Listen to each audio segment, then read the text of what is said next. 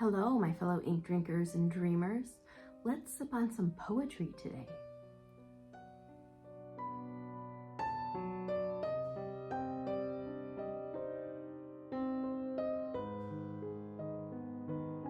Hello, everyone. Thanks so much for joining me here.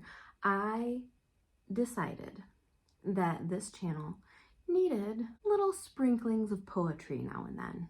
I've been inspired by my lovely friends Pax Panic and Nymheria to include some poetry here because poems can speak deeply to our souls.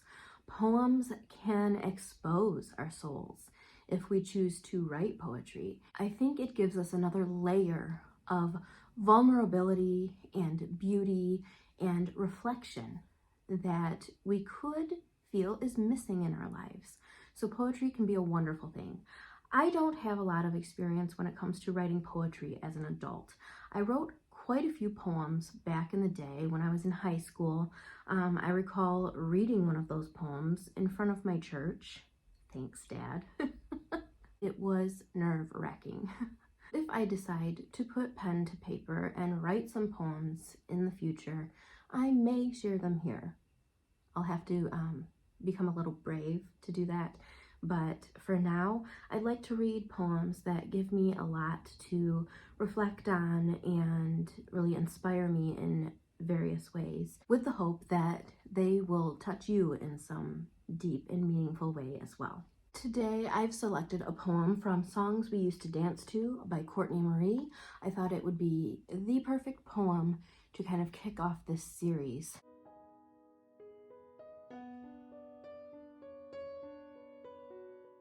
They are a crowded orphanage, a house full of hungry children I cannot feed. They are the silence of an unmarked grave. I know their shape by heart, jagged concrete, sharp as needlepoint, invisible to the naked eye, a shard of glass singeing the inside of a fingernail. I am ashamed they remain unwritten, that I have become an echo of silence. These all-consuming terrors, a shroud laid to rest over peaceful dreams. Quietly I gather the pieces, I count them, I name them. A darkness of youth, a tragedy of innocence, a disappointment of trust.